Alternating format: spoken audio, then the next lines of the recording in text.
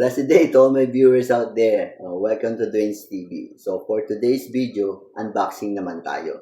But before we continue, please subscribe and follow. At kung sinisipag ka pa, kindly click the notification bell for more updates video. So tara, straight from the box to your screen. Let's go! Taran! So ito ngayon yung ating in-order na i-unbox natin sa araw na ito. Alam naman natin na lalong-lalo na sa panahon ngayon na tag-ulan, medyo hirap lumabas. So, unfortunately, hindi rin na makapag-walking or hindi na rin makapag-jogging, hindi na rin makapunta ng gym. For us to be healthy, kailangan mag-exercise tayo. At dahil sa kondisyon, hindi tayo makalabas, ito ngayon yung i-unbox natin. Yung in-order natin para makadagdag din tulong sa atin kahit nasa bahay tayo ay nakakapag-exercise. So, sige. Most important thing, siyempre yung lifestyle. And of course, exercise. Okay? So, ito. Yan, kitang-kita naman natin. Alam nyo kung ano? Yung ating pakita. Yan. Ano to ang abdominal exercise row. Wow, meron pang pad. Talagang libre na yung pad. Siguro ito every time na pag sa tuhod, pag mag-roll up ka na. Ito sa mga protection sa tuhod. So meron siyang libreng parang rubber pad. Okay, so let's see. Ito. Ito yung pinaka gulong niya, no? Oo, makikita nga natin, kita natin. No? Yung base na rin doon sa shop na ating pinag-orderan, talagang malaking tulong at ayan nagro-roll back siya. So hindi hirap kasi alam niyo sa gym, which maganda naman na yun, no, yung mga manual na pang roll up, yung talagang mahihirapan ka dahil yung mismong force, yung bigat mo talaga ang bubuhatin mo. But ito, pwede na rin ito even sa mga girls out there, no? Pwede ito kasi nagro-roll up pabalik siya. So hindi ka na mahihirapan, meron na siyang tulong. No, hindi yung sa mga beginners, hindi ka mabibigla, ibang kasama. So ito, pad din, I think this is for the elbow. Kasi ang inan natin, hindi lamang basta roll up, kundi meron na siyang support for the elbow. I'm sorry for that word. So ito. Yan. Yung isa sa mga kanyang mga even si Mrs. ko magagamit ito. Okay. So ipapakita muna natin. Ito yung pinaka-handle niya. Yan. Ito yung pinaka-handle niya. Habang tinutulak mo siyang gano'n. Ito pa yung mga ilan sa mga parts niya. Ito yon. Ito yung nilalagyan ng ito, yung pinaka rubber para sa siko. Then ito, ayun, dalawa siya. So ito, I think ito yung sa harap kasi yung in-order ko, meron na siyang parang meter. Ayan. Makikita mo dito kung ilang minuto, ilang seconds na yung pagsisimula mo ng yung exercise. So, may certain din siguro din dito na parang timer siya na kung kinakailangan mo ng huminto or stop, siguro mag-alarm siya. I don't know. We will test it. Kailangan mo natin assemblein. So, sige.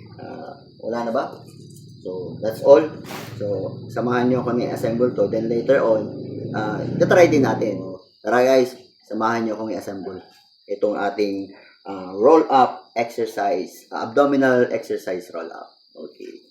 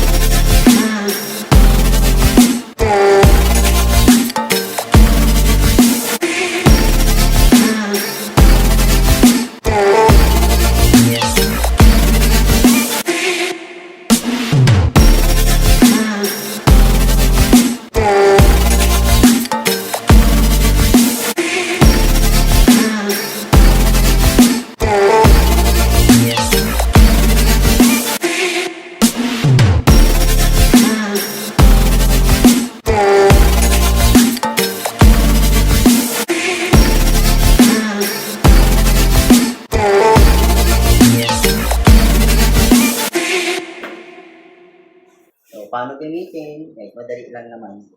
No? Kayang-kaya din yung misis ko to. Igagin mo lang yung elbow mo rito. Tapos ganyan, roll up. Oo nga. Yan.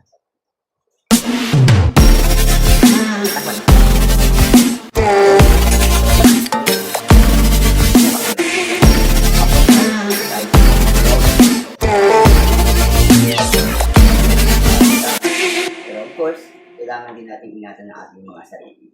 Okay? So, bago tayo matapos, ang ating video, meron lang akong babasahing talata din uli sa inyo just to inspire and of course, encourage kasi napaka-importante na hindi lamang yung ating health, hindi lang yung ating physical, no? Kinakailangan din natin, sabi nga ingatan at maging healthy yung ating namang spiritual. So, let me read a couple of verses to you. So, sabi rito sa 1 Corinthians chapter 13, verse 4 to 7, love suffers long and is kind. Love does not envy. Love does not parade itself. It's not puffed up, does not behave rudely, does not seek its own, it's not provoked, thinks no evil. In verse 6, does not rejoice in iniquity, but rejoice in the truth. And in last verse, bears all things, believe all things, hope all things, endures all things. So, for us na magkaroon tayo ng pag-ibig na kagaya nito, gawin nating sentro ang ating Panginoon Jesus sa ating buhay.